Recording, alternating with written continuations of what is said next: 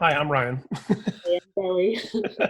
So, first and foremost, one of the things I love about the conceit of this movie being, and it being an anthology type thing is the video store aspect.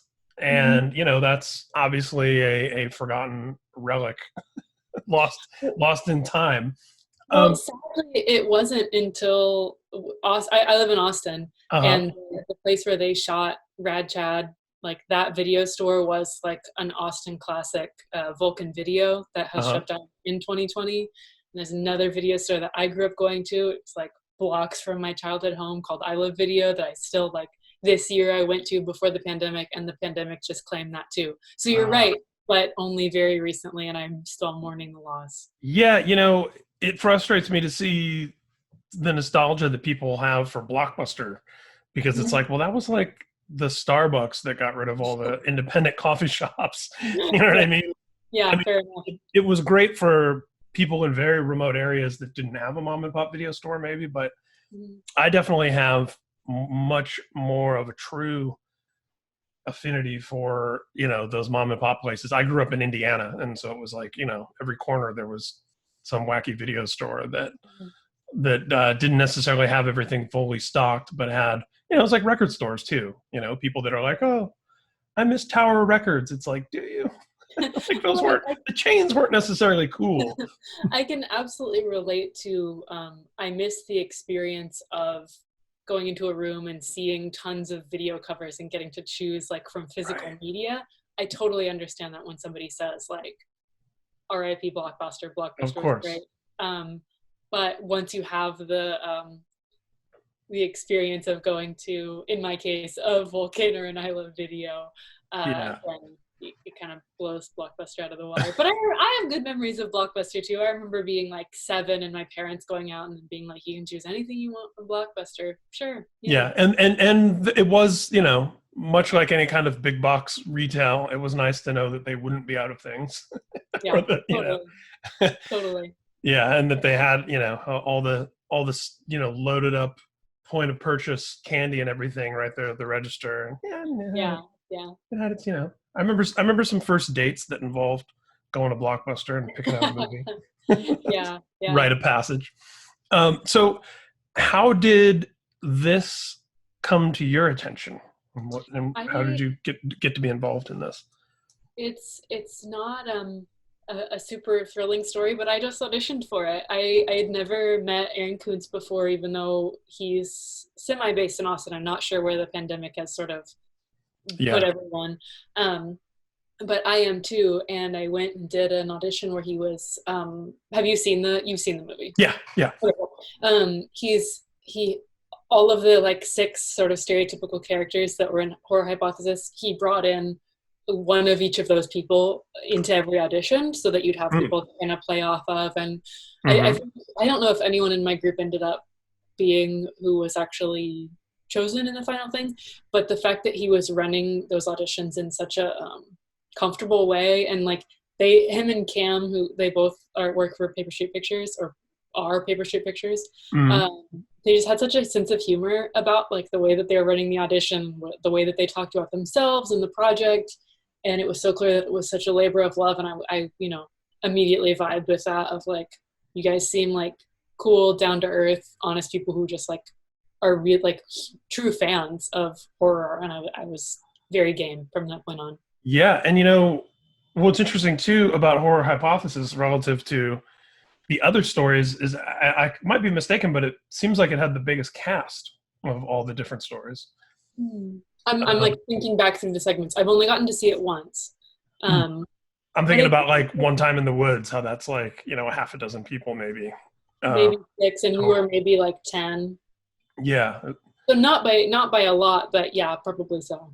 Oh, I think there were more than 10 people in Horror Hypothesis, right? I When you guess think so. about I guess you're right. like the security guards, I think I'm counting.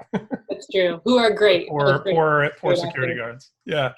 Yeah. So what was your experience, prior to acting even, but just as a fan? Were you into the genre? Was this stuff that you thought you might Yeah. find yourself doing someday? I'm having to like continuously confess this every single time I talk about this movie, but I don't have the stomach to be a true horror fan. I'm very easily scared. I was like realizing today, I was like, yeah, I also like, if a movie is really overly saccharine, I'll really cry at that and be like, I know I'm being manipulated into crying right Yeah, now. I was Like, going to say it makes you a great mark for horror films. So it like sounds like. totally. Totally. I'm a great audience member, but I will really take it to heart. So if I watch something that's scary, it'll stick with me for like weeks and disrupt my sleep. So there are a couple horror movies that friends will be like, you really got to see this one. Like this one, you're Yeah. gonna love this. Like you're gonna scream when you watch it, but you're gonna really appreciate the commentary that it's making, because I'm Mhm. really into like film analysis in general, and I do think that horror is a genre that's like really taking a lot of that weight right now and like producing social commentary that Mhm. is like super interesting. Yeah. So I've taken a few toe dips into horror because of that, and I would love to do it more. I know there's a podcast, I think it's called Scaredy Cat Show, where one of the hosts loves horror movies, one of them can't Oh, that's a great stand them. concept. That's like So a Mulder and Scully, right? Like the totally. believer and the skeptic. So they're going like less scary to most scary to Uh-huh. like get this person in. And I'm thinking about doing a watch, like watching each one of those movies with them, but it'll be a big commitment. Yeah, but fun. Yeah, I love the film analysis angle that you put into it because, there's been a lot written about how in the most turbulent times in history in the last, in the 20th century and 21st century is when a lot of the great horror classics emerge. And Yeah. I imagine that probably even goes all the way backwards through literature. And, somehow we end up with, when you look at a lot of horror films that came out of the Vietnam era and then you look at, it's very punk rock in that sense when you think about how much great music Margaret Thatcher and Ronald Reagan were responsible for. Like the worse these conditions got, the more, Yeah. this subculture would sort of arise. So yeah, I think there's so much stuff in the canon for you to Mhm. look at and kind of dismiss a lot of the bloat of the genre. And when you look at some of those films that are classics for a reason, I think that's what makes a lot of them hold up is that Yeah. commentary and stuff that's Yeah. in there for sure. And one thing that's great about this film is that it takes horror tropes that we're familiar with and subverts them Mhm. while at the same time having like a reverence for it. Like you can tell it's done in love. It's not spoofing or Totally. making fun of or condescending, but it's Absolutely. subversive in that sense. Yeah. I would imagine for you reading the script and all that sort of stuff, especially knowing that you have an analytical mind about this stuff, which I do as well. Mhm. I would imagine that was part of the attraction to this. No. Absolutely. And definitely, some amount of my wanting to be analytical about what projects I choose comes from being interested in like gender studies. And so the whole concept of the two main female characters of this being labeled as like slut and virgin, and then that sort Yeah. of like playing out in an unexpected way, Hmm. I think was really funny to me, and that really attracted me to the project as well. Yeah, and that's again some of the stuff that's been the most enduring are the things that do Mhm. subvert. Uh, yeah, especially in the gender studies area. When you think about the final girl and yeah, and the whole thing of all the slasher films where it was always the virginal heroine that survived. And then I loved when something like Scream came along. Have you seen Scream? Yeah. Okay, Yeah. didn't want to spoil it, but what was so great about that was Drew Barrymore was the only name in the film, Mhm. and her character is killed in the opening sequence, Yeah, and that in immediately. and of itself was like seeing that movie for the first time in the theater and watching that happen, and then going like, oh, this movie is going to be completely unpredictable. She was on Totally. the poster, and it was just yeah, it was such a great way to change that up and the whole twist at the end of that. And I feel like this movie, while certainly you can make comparisons to Creepshow and other kind of like anthologies, Mhm. um, is that it really has that same sort of spirit that Scream has, right? That's like loving the genre, but also, discarding kind of what's dopey about it sometimes. Totally. And I think that can only really come from a team of like Cam and Aaron, who are like absolute diehard horror fans who, it's their love of horror is not going to be pushed aside by something they don't like about it. Like they Yeah. acknowledge it as a complete genre, and so many different things can exist within that, and you can celebrate that and poke fun at it. And I do think that's a big part of what makes it special. Yeah, and I'm sure this is a little bit of a tired topic at this point, but getting art out there in general, whether it's bands that are doing live streams and Sure. trying to figure out how TV shows and movies and everything are happening in the pandemic. What would you say, as one of the performers in this film and now doing press for it, what have you learned about, I guess, the changing landscape of connecting with audiences?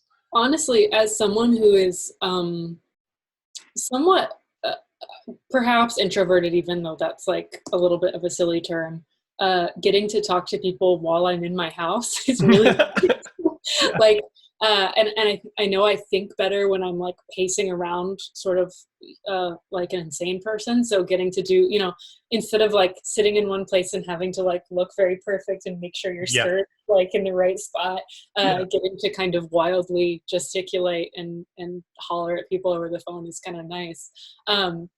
But obviously it's changing everything, right? Like in general, my hope for how COVID and the film industry become involved is that, conversations around what people are comfortable with on set become more commonplace, and that becomes less of a like, we're doing this because there's a pandemic, and more of like, oh, each person who's coming to this set is a unique person with unique experiences who's like, maybe they don't, you hear these terrible stories about directors saying like, no one's allowed to sit down in a chair because if you're sitting, you're not working. And like, that's the most horrible thing I've ever heard. Yeah. and really does not make space for unique human experience. Yeah. So I'm hoping that will change things to make things a little bit less domineering maybe in the film.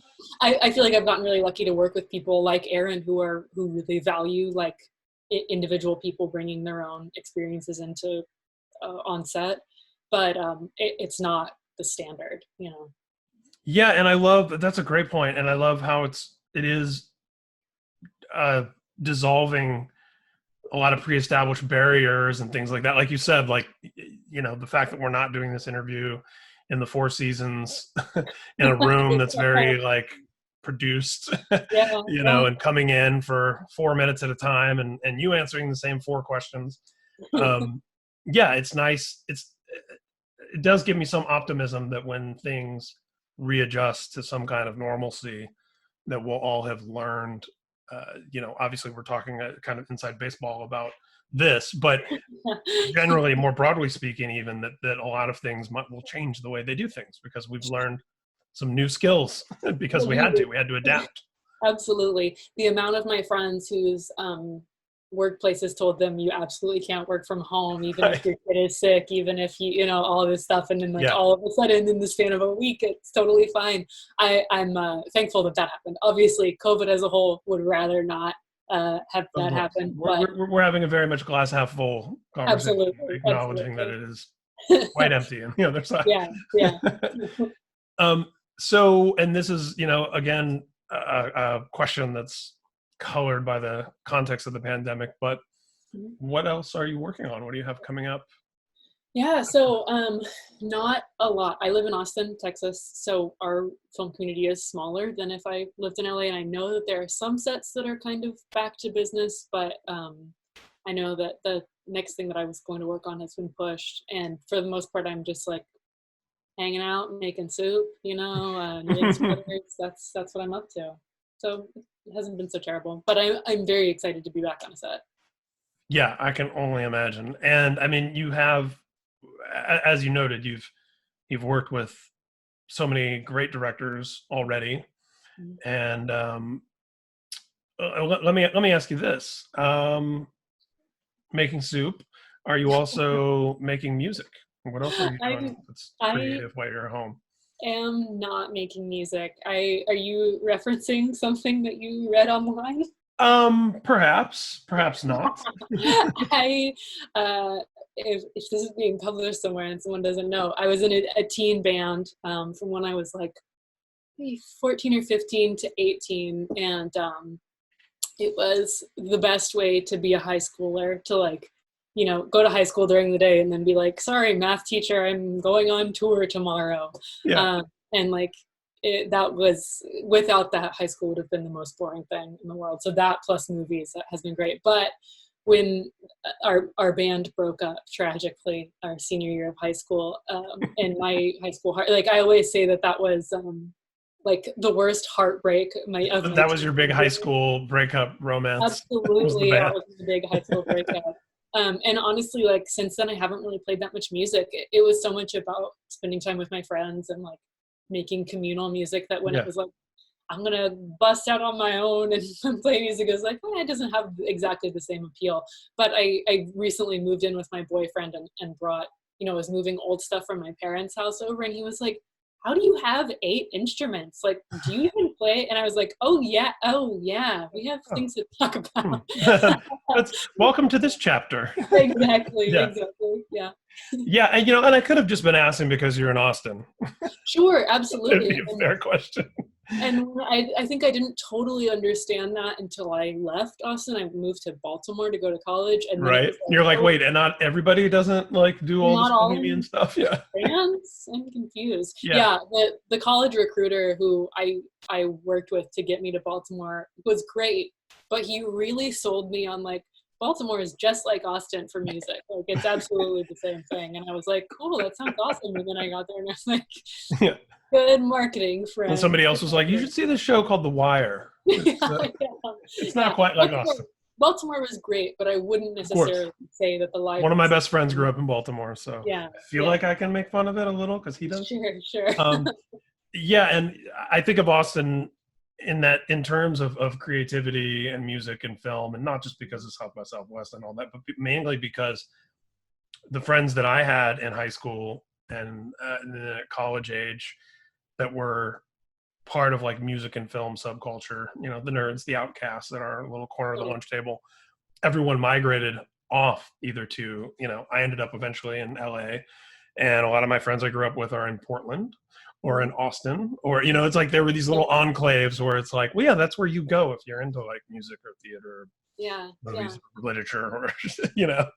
Something that living in Austin has really given me is this idea of like not having to be like a perfect marketable package, you know, like I can be someone who like was in a teen band that you can kind of like read some things about on the internet, but also like I do design, like I didn't study art or music, and I mean I didn't study acting or music in college, I studied art, and now I'm, you know, working on all of this. I'm working on a new project called Set Advocate. If you go setadvocate.com, it's a lot of the stuff that we're talking about in terms of like conversations on set. Very cool. Make everybody more comfortable.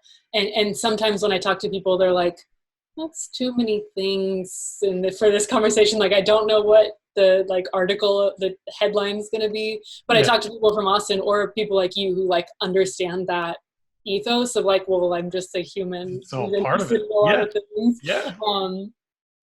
Those people really get it. So that's of course. And when you have those sorts of not only interests but values, for lack of a better, it plays out in all of your art and all of your endeavors and things that you do. Totally. And that's how you end up in a horror film that has a little smart subversiveness to it and isn't just, you know, dumb torture porn, as they call it, or whatever, you know, like actually has, there's a brain and a spirit behind it, and it has something to say. Like, totally. And there have been a couple of horrors that I have like, you know, when I've auditioned for them, I've really set my heart on them because the script is so smart. But there have certainly been others that haven't been, to my imagining, not doing exactly what horror to me is like designed to do, you know? Yeah, exactly. And I find myself saying this all the time, but to me, the art that I respond to, whether it's film, whether it's music, is anything that has something to say, that has a definitive point of view. And that doesn't have to be political. It doesn't have to be religious. It doesn't have to, you know, these buckets that we like to put something to say in. But just that it has a point of view, that it isn't something that exists just to be appealing or just to try to cater to a certain audience or whatever, but that it's, that you get a sense that the people making it had to do it, like that do or die. Like I gotta tell this story. I gotta write this song. That's the stuff that works for me. Whether I agree with it or relate to it, that's how I connect to it, is when I feel that. Yeah, I think I totally agree with you. And I think like the bump up even from that for me is someone who has like some sense of craftsmanship, like not necessarily that like the director feels like they have amazing direction, but they want to bring people on that are like for Scare Package, it was like, let's bring on people who are, you know, the best people to make fake wounds and the best people to like blow up someone's head. Like the sense of craftsmanship there is super important, and like having that commitment to that and going through with that, I think that's the sweet spot. Indeed. Which also makes it tricky and complicated and contradictory for people like you and I that like to have our hands in a lot of different things, because there's the whole, you know, a jack of all trades, master of none. And I'm constantly pushing and pulling against that when people ask me, what do you do for a living? And the answer is like 8 different things. In my mind, you said they're all interconnected and they all make sense together. Totally. Well, and some people, it just sounds like a long list. Sure. It's difficult for me to believe that people who only do one thing like really love their jobs, because all my friends who have one job, you know, if they don't have 3 part-time jobs, they have one job, but they're like, it pays the bills, I come home and like I do my own thing. And I think that's just like the way, like we all have to have a million side hustles now, because that's the reality of the world. Thankfully I was programmed that way before it became survival. Exactly. I feel very lucky too. Yeah. Excellent. Well, it's been an absolute pleasure to talk to you about this film and everything else, and best of luck with it. And hope we get to chat again soon sometime. Thank you so much. Thanks so much.